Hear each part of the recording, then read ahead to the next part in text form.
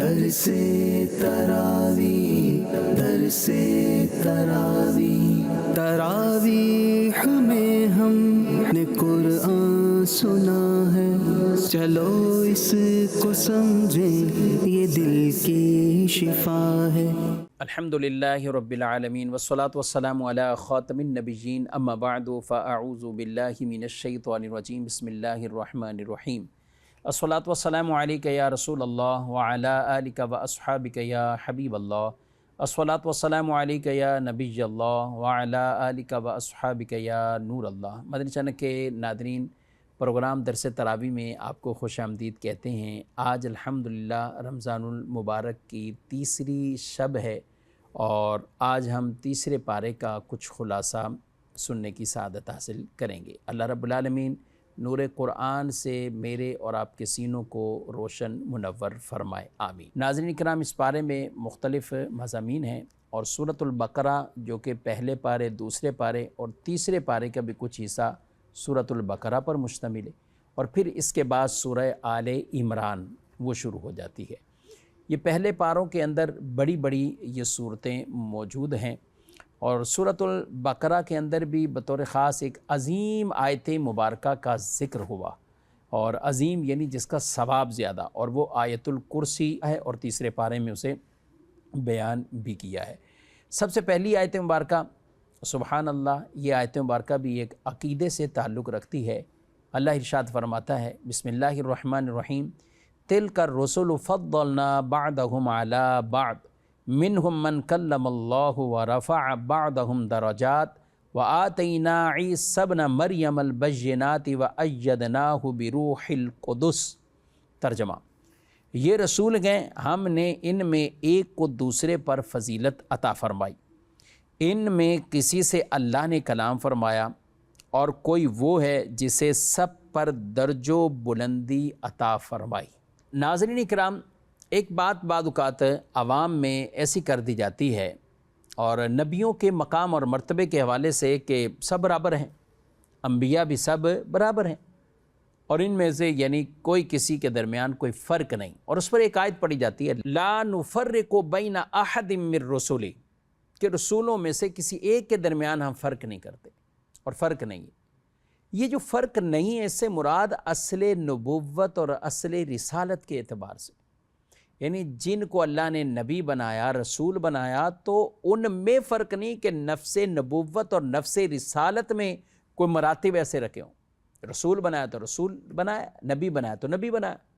ہاں، ہر رسول نبی ضرور ہے، لیکن ہر نبی رسول نہیں۔ لیکن یہ جو اللہ نے انہیں نبوت دی، رسالت کا وصف عطا فرمایا، ان میں کوئی فرق نہیں رکھا، لیکن جہاں تک ان کی شانیں ہیں، مراتب ہیں، تو بعض کو بعض پر فضیلت عطا فرمائی، یہ اللہ نے بیان فرما دی۔ تو وہ آیت بھی اپنی جگہ ٹھیک درست کہ اصل نبوت اور رسالت میں فرق نہیں، اور یہ آیت مبارکہ اس بات پر دلیل گئے کہ رسولوں میں سے بعض کو بعض پر ہم نے فضیلت عطا فرمائی، یہ اللہ نے اسے بیان فرمایا، تلک الرسل فضلنا بعضهم على بعض، کہ ان میں سے بعض کو بعض پر ہم نے فضیلت دی۔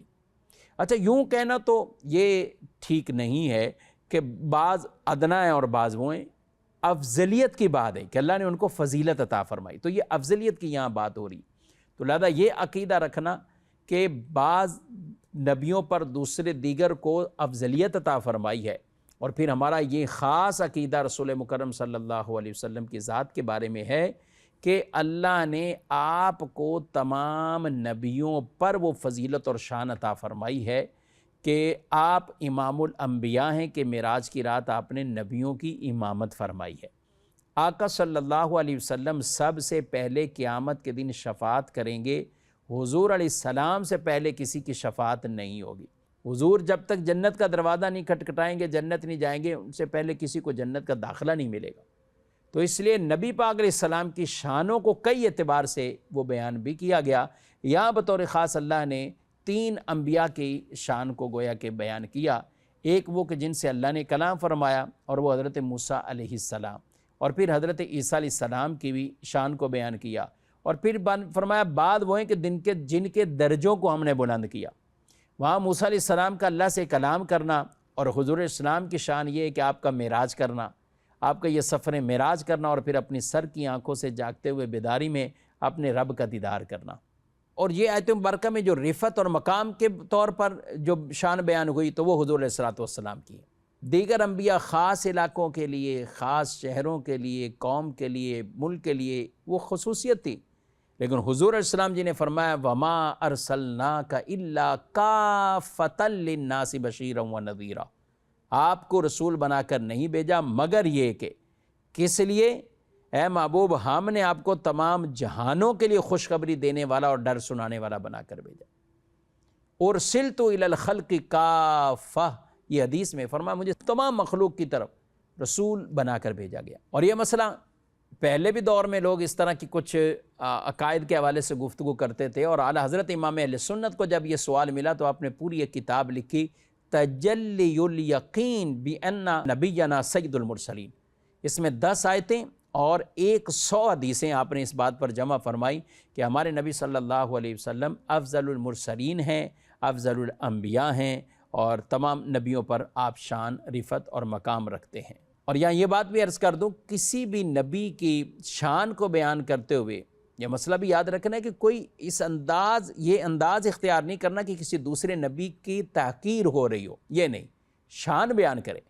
تو جب رسول اللہ صلی اللہ علیہ وسلم کے مقام مرتبے کو ہم بیان کرتے تو ہم وہ افضلیت بیان کرتے ہیں، نہ کہ کسی دوسرے نبی کے بارے میں کوئی تحقیر والی صورت والا پہلو کوئی نکلتا ہو۔ تو یہ مسئلہ ہمیشہ ہمیں یاد بھی رکھنا ہے۔ ناظرین کرام، اسی پارے کے اندر اللہ پاک نے آیت الکرسی، یہ وہ عظیم آیت ہے جس کا اجر اور ثواب بہت زیادہ ہے۔ سبحان اللہ، اللہ لا الہ الا هو الحی القیوم لا تأخذہ سنۃ ولا نوم لہ ما فی السماوات وما فی الارض من ذا الذی یشفع عنده الا بإذنہ یعلم ما بین ایدیہم وما خلفہم ولا يحيطون بشيء من علمه إلا بما شاء وسع كرسيه السماوات والأرض ولا يؤوده حفظهما وهو العلي العظيم۔ سبحان اللہ۔ ترجمہ، اللہ وہ ہے جس کے سوا کوئی معبود نہیں، وہ خود زندہ ہے، دوسروں کو قائم رکھنے والا ہے، اسے نہ اونگ آتی ہے اور نہ نیند، جو کچھ آسمانوں میں ہے اور جو کچھ زمین میں سب اسی کا ہے۔ کون ہے جو اس کے ہاں اس کی اجازت کے بغیر سفارش کرے؟ وہ جانتا ہے جو کچھ ان کے آگے ہے اور جو کچھ ان کے پیچھے ہے، اور لوگ اس کے علم میں سے اتنا ہی حاصل کر سکتے ہیں جتنا وہ چاہے۔ اس کی کرسی آسمان اور زمین کو اپنی وسعت میں لیے ہوئے ہے، اور ان کی حفاظت اسے تھکا نہیں سکتی، اور وہی بلند شان والا، عظمت والا ہے۔ سبحان اللہ۔ یہاں اللہ رب العالمین نے اپنی توحید کو ذکر کیا اور توحید کا بیان کیا کہ اللہ واجب الوجود اور عالم کو ایجاد کرنے والا ہے، یعنی اللہ خود سے زندہ ہے اور واجب الوجود ہے۔ یہ نہیں کہ رب کو کسی نے معاذ اللہ بنایا، وہ ہمیشہ سے، ازل سے ہے، ابد تک رہے گا، ہمیشہ سے ہمیشہ رہے گا، اسے نہ نیند آئے نہ اونگ آئے۔ اور اس کی وجہ یہ ہے کہ یہ جو ہم سوتے ہیں اس کو بھی آدھی موت کہا گیا، یعنی گویا کہ موت ہے یہ، ہم نیند کرتے ہیں، سوتے ہیں، پھر نیند تھکاوٹ کی وجہ سے آتی۔ تو اللہ ان تمام چیزوں سے پاک ہے، کیونکہ یہ نقص ہیں، یہ عیب والی چیزیں ہیں، رب تعالیٰ کی ذات ان سے پاک ہے۔ اور رب تبارک و تعالیٰ نے یہاں ارشاد فرما دیا کہ جو کچھ زمین میں، آسمانوں میں، سب اللہ کی ملکیت میں۔ اب دیکھیں جو مشرکین تھے، وہ جو شرک کرتے تھے، پوجا کرتے تھے، یا سورج کی یا چاند کی یا ستاروں کی، تو یہ آسمانوں میں، یا پھر پتھروں کی اور مختلف انداز سے آگ کی، دریاؤں کی، اور کس کس چیز کی پوجا کرتے، تو یہ زمین میں۔ تو رب نے فرما دیا جو زمین میں ہے اور جو کچھ آسمانوں میں سب ہے ہی اللہ کا، اللہ کی ملکیت ہے۔ جب ہے یہ سب کچھ اللہ کی ملکیت، تو پھر ان کی پوجا کیسے ہو سکتی ہے؟ پھر عبادت اسی کی ہوگی جس نے ان سب کو بنایا ہے۔ اچھا، پھر ایک اور بات فرمایا کہ مشرکین جو ہے وہ اصل میں یہ گمان رکھتے تھے کہ یہ بت ہمیں بچا لیں گے، بت ہماری سفارش کریں گے۔ تو اللہ نے فرمایا من ذا الذی یشفع عندہ الا باذنہ، کون شفاعت کرے گا اس کے بعد مگر یہ کہ جسے اللہ کی طرف سے اجازت ہے۔ یعنی رب کے حضور کون شفاعت کرے گا؟ وہ اجازت یافتگان کریں گے، اور وہ اجازت کنہیں ہے؟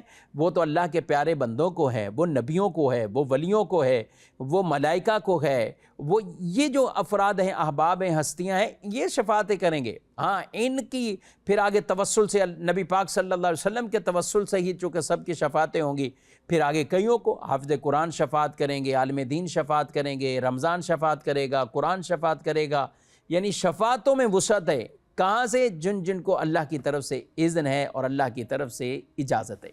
اور یہاں یہ بات بھی کہ یہ آیت الکرسی وہ مبارک آیت ہے، ارشاد فرمایا گیا جو سوتے وقت اس آیت کو پڑھتا ہے تو صبح تک اللہ اس کی حفاظت فرمائے گا اور شیطان اس کے قریب نہیں آ سکے گا۔ اور آیت الکرسی قرآن مجید کی سب سے عظیم آیت ہے، سب سے عظیم آیت ہے، یعنی بڑی آیت ہے ان معنوں میں کہ اس کا ثواب بڑا ہے، اس کا ثواب بڑا ہے، اور نمازوں کے بعد پڑھنے والوں کو، بالخصوص فرض نماز کے بعد، اس پر جنت کی بشارتیں بھی ہیں۔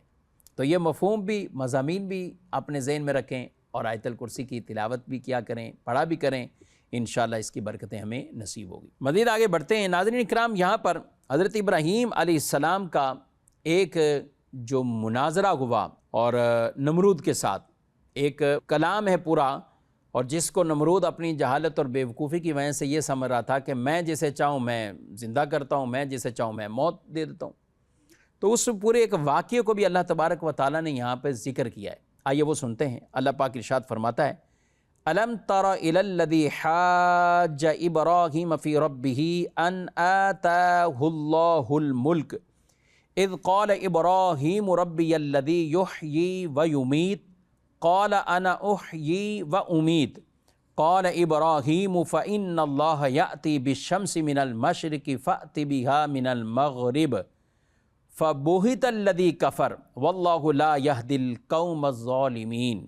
ترجمہ: اے حبیب، کیا تم نے اس کو نہ دیکھا تھا جس نے ابراہیم سے اس کے رب کے بارے میں اس بنا پر جھگڑا کیا کہ اللہ نے اسے بادشاہی دی ہے، جب ابراہیم نے فرمایا میرا رب وہ ہے جو زندگی دیتا ہے اور موت دیتا ہے، اس نے کہا میں بھی زندگی دیتا ہوں اور موت دیتا ہوں۔ ابراہیم نے فرمایا تو اللہ سورج کو مشرق سے لاتا ہے، پس تو اسے مغرب سے لا، تو اس کافر کے ہوش اڑ گئے اور اللہ ظالموں کو ہدایت نہیں دیتا۔ حضرت ابراہیم علیہ السلام نے جب اللہ کی توحید کی دعوت دی تو اس وقت اس نے پوچھا نمرود نے کون ہے تیرا رب، کون ہے خدا کون ہے؟ تو اس نے کہا وہ جو زندگی دیتا ہے موت دیتا ہے۔ مراد یہ تھا کہ اللہ تبارک و تعالی وہ انسان کو پیدا کرتا ہے، اس کا جسم بنتا ہے، اس میں روح ڈلتی ہے، یہ اس کی زندگی ہے، پھر وہ روح نکلتی ہے اور یہ اس کی موت ہے۔ تو یہ رب وہ ہے جو زندہ کرتا ہے اور موت دیتا ہے۔ نمرود پہلے تو اس نے اس کو سنا، لیکن سب کے سامنے شرمندگی ہو رہی تھی کہ میں کیا جواب دوں، تو اس نے ایک بالکل ایک احمقانہ دلیل دی اور کہا کہ یہ تو میں بھی کر سکتا ہوں۔ کہا کیسے کر سکتے ہو؟ کہا کہ میں اس طرح کر سکتا ہوں۔ اس نے دو بندوں کو بلایا، ایک وہ تھا کہ اس کو قتل کر دیا اور ایک کو چھوڑ دیا، یعنی جس کو پھانسی ہونی تھی یا قتل ہونا تھا سزا کے طور پہ اسے چھوڑ دیا، اور جس کو نہیں تھی اس کو ناحق مار دیا اور کہا میں بھی زندہ کر دیتا ہوں، میں بھی مار دیتا ہوں۔ یعنی کس قدر ایک جاہلانہ انداز اور جاہلانہ سوچ سے یہ جواب دیا گیا، اور کہ عام کچھ بھی شعور رکھنے والا آدمی کہ یہاں وہ بات زندگی اور موت کی نہیں ہو رہی، یہاں تو اصل زندگی یعنی زندگی عطا کرنا اور پھر موت ہے، یہاں یہ بات ہو رہی ہے، نہ کہ یہ قتل اور اس طرح کر کے کہو کہ میں نے اس کو زندہ کر لیا اور اس کو میں نے مار دیا۔ تو حضرت ابراہیم علیہ السلام نے جو اگلی بات کی، کہا چلیں یہ کسی کے اندر جان ڈالنا اور یہ تو تمہارے بس میں نہیں ہے، اگر دعویٰ ہے تو یہ کر کے دکھاؤ، لیکن یہ دنیا کے اندر یہ چیزیں جو متحرک بھی ہیں، یہ مشرق اور مغرب، یہ اس میں سورج کا مشرق سے نکلنا مغرب کی طرف جانا، کہا میرا رب یہ کرتا ہے جو مشرق سے نکالتا ہے مغرب کی طرف بھیجتا ہے، تو مغرب سے نکال، تو مغرب سے نکال۔ تو اب یہ حیران ہو گیا اور ششدر رہ گیا کہ اب اس بات کا میں کیا جواب دوں، کیونکہ یہ مار دینا تو اس کے لیے آسان تھا، لیکن یہ سورج کو پلٹ دینا اور کہے کہ مشرق سے بجائے مغرب سے نکلنا، تو یہ اس کے لیے وہ واقعی تھا، تو وہ پھر حیران ہو گیا اور اس کا کوئی کسی طرح کا جواب نہ دے سکا۔ تو یہ اللہ پاک نے اس مناظرے کو بھی جو حضرت ابراہیم علیہ السلام نے نمرود کے ساتھ کیا، اسے قرآن میں بیان فرمایا۔ ناظرین کرام، مناظرہ کرنا بھی ہر ایک کا کام نہیں ہے، اور اس کی باقاعدہ علماء نے پورے اس فن کو مرتب کیا ہوا ہے، اس کی کتابیں ہیں، اور ہر ایک کے لیے یہ اجازت بھی نہیں کہ وہ ان مناظرے اور ان مباحثوں کے اندر پڑھے۔ ہمارے ہاں تو عوام بھی بعض اوقات، یعنی ہر عالم بھی یہ اس کے لیے جائز نہیں ہوتا کہ وہ مناظروں کے اندر پڑھے، لیکن عام عوام آج کل ایسے مباحثے، ایسے مناظرے عام عوام کے اندر شروع ہو جاتے ہیں۔ تو اس طرح کے بحث مباحثے میں ہمیں قطعاً نہ پڑھنا چاہیے اور نہ ایسے لوگوں کے ساتھ شریک ہونا چاہیے۔ ہاں، جو اس چیز کے علم کے ماہر ہوتے ہیں اور انہوں نے ایک طویل عرصہ اپنے ایسے ہی اساتذہ سے مشق کی ہوتی اور ان کے پاس بیٹھتے ہیں اور پھر دلائل سن کر، یاد کر کے، کتابوں سے پڑھ کے حوالہ جات، تو وہ پھر اس مناظرے کے قابل بنتے ہیں، تو وہ ان کی باتیں جدا ہیں۔ لیکن عام عوام کو اور ہر نارمل عالم کو بھی ان مناظروں کے اندر یوں پڑھنے کی نہ اجازت ہوتی ہے اور نہ ہی کوئی اس طرح کی حاجت ہوتی ہے۔ جو اس فن کے ماہر ہیں وہی یہ کام کرتے ہیں۔ آگے اللہ پاک نے ارشاد فرمایا، حضرت ابراہیم علیہ السلام نے جو اللہ کی بارگاہ میں ایک بات عرض کی کہ یا اللہ تو کیسی زندگی دے گا، تو کیسے زندہ کرتا ہے، تو کیسے موت دیتا ہے۔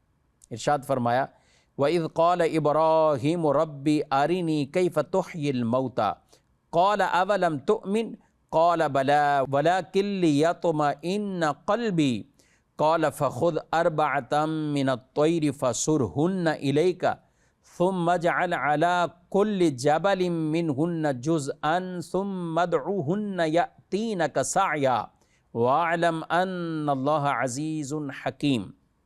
اور جب ابراہیم نے عرض کی، اے میرے رب تو مجھے دکھا دے کہ تو مردوں کو کس طرح زندہ فرمائے گا۔ اللہ نے فرمایا، کیا تجھے یقین نہیں؟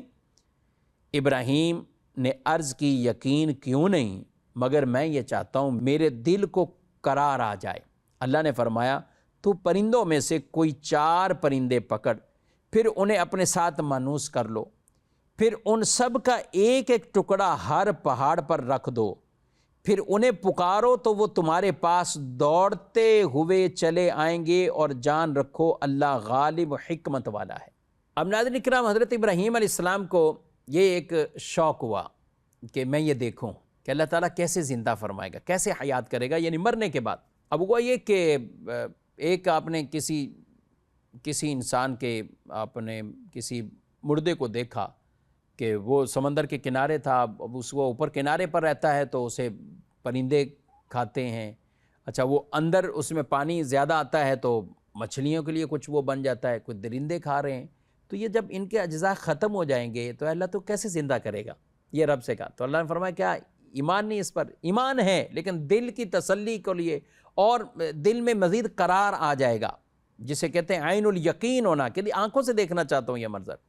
تو رب نے انہیں کہا کہ 4 پرندے لو۔ اب 4 پرندے لیے، تفاسیر میں بیان کیا کہ وہ مرغ، کبوتر، مور اور کوا، یہ 4 جنہیں مانوس کیا گیا، اور پھر ان کو ذبح کیا گیا، ان کے گوشت کا قیمہ بنا دیا گیا، انہیں مکس کر دیا گیا، اور چاروں پہاڑوں پر مختلف جگہوں پر گویا کہ کہیں کہ ان کا مکس شدہ وہ گوشت وہ ڈال دیا گیا، اور پھر کہا انہیں بلاؤ۔ اب جب بلایا تو وہ گوشت اڑتا اڑتا، اللہ اکبر، ایک پورے، یعنی جو جس کا ٹکڑا تھا، پیس تھا، اسی کے ساتھ ملتا، مور بھی پورا تیار، کبوتر بھی تیار، کوا بھی تیار، اور پورے کے پورے اسی طریقے سے وہ پرندے بن جاتے ہیں، اور پھر اڑتے ہوئے باقاعدہ آپ کے پاس آ گئے، اور جس طرح ایک دوسرے کے سروں کے ساتھ ملا کر وہ پرندے رہتے ہیں تو یوں ہو گئے۔ سبحان اللہ، یہ اللہ پاک کی شان قدرت ہے کہ اللہ زندہ کیسے فرمائے گا۔ ناظرین کرام، قرآن مجید میں یہ پورا ایک موضوع ہے، اور اس موضوع پر کئی آیات مبارکہ ہیں۔ تو قرآن کی 86 صورتوں میں ان مضامین پر وہ اللہ تبارک و تعالیٰ نے کلام فرمایا ہے۔ ہم ایسے عقیدہ رکھ کے، ہماری موت کا عقیدہ یہ نہیں کہ مر گئے، ایکسپائر ہو گئے، ختم۔ عقیدہ یہ ہے کہ مرنا ہے، مرنے کے بعد اٹھایا جائے گا، اٹھانے کے بعد سوال جواب ہوں گے، یہ سب کچھ ہے۔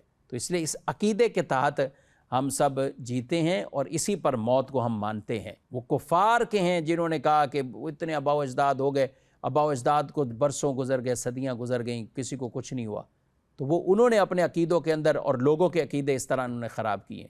لیکن مسلمان کا عقیدہ یہ کلیئر ہے الحمدللہ کہ موت بھی ہے، اور مرنے کے بعد اللہ تعالیٰ اٹھائے گا بھی۔ ناظرین کرام، کچھ مزید آگے مضامین کی طرف بڑھتے ہیں۔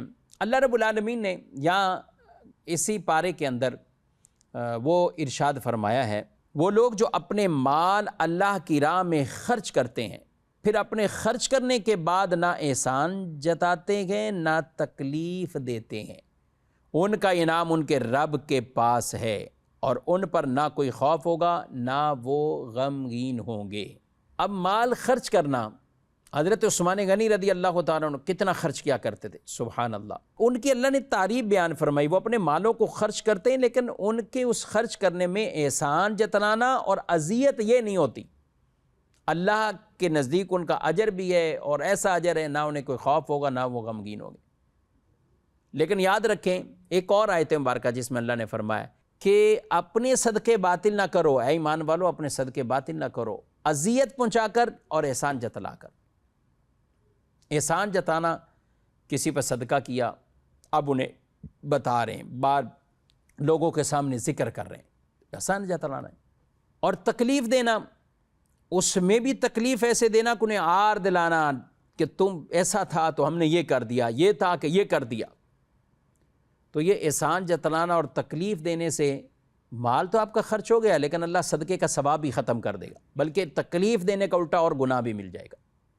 تو اس لیے صدقہ دیا ہے تو اللہ کی رضا کے لیے، اب اس میں احسان جتلانا نہیں ہے، اس صدقے کے اندر تکلیف دینا یہ کسی طرح نہیں ہونا چاہیے۔ اور فرمایا قول معروف و مغفرۃ خیر من صدقۃ یتبعها اذی واللہ غنی حلیم، اچھی بات کہنا اور معاف کر دینا اس خیرات سے بہتر ہے جس کے بعد ستانا ہو، اور اللہ بے پرواہ حلم والا ہے، اللہ بے پرواہ حلم والا ہے۔ قول معروف، تو اچھی بات کہنا یہ اس سے بہتر ہے کہ جس میں آدمی صدقہ بھی کرے اور اس کے بعد اذیت پہنچائے، اس کے بعد تکلیف پہنچائے، یہ اللہ کو پسند نہیں، یہ اللہ کو پسند نہیں ہے۔ تو یہ عمل یہی ہونا چاہیے۔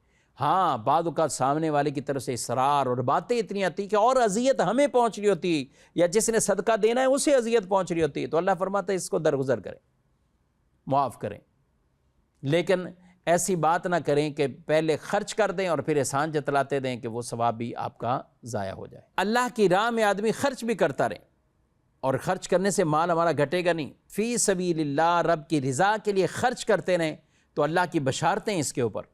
اصل میں خرچ انسان کیوں نہیں کرتا کہ شیطان اسے فقر اور اسے غربت، اسے مہنگائی، اسے پتہ نہیں کیا کیا یاد دلاتا رہتا ہے، لیکن اللہ فرماتا ہے الشیطان یعدکم الفقر ویأمرکم بالفحشاء واللہ یعدکم مغفرۃ منہ وفضلا واللہ واسع علیم۔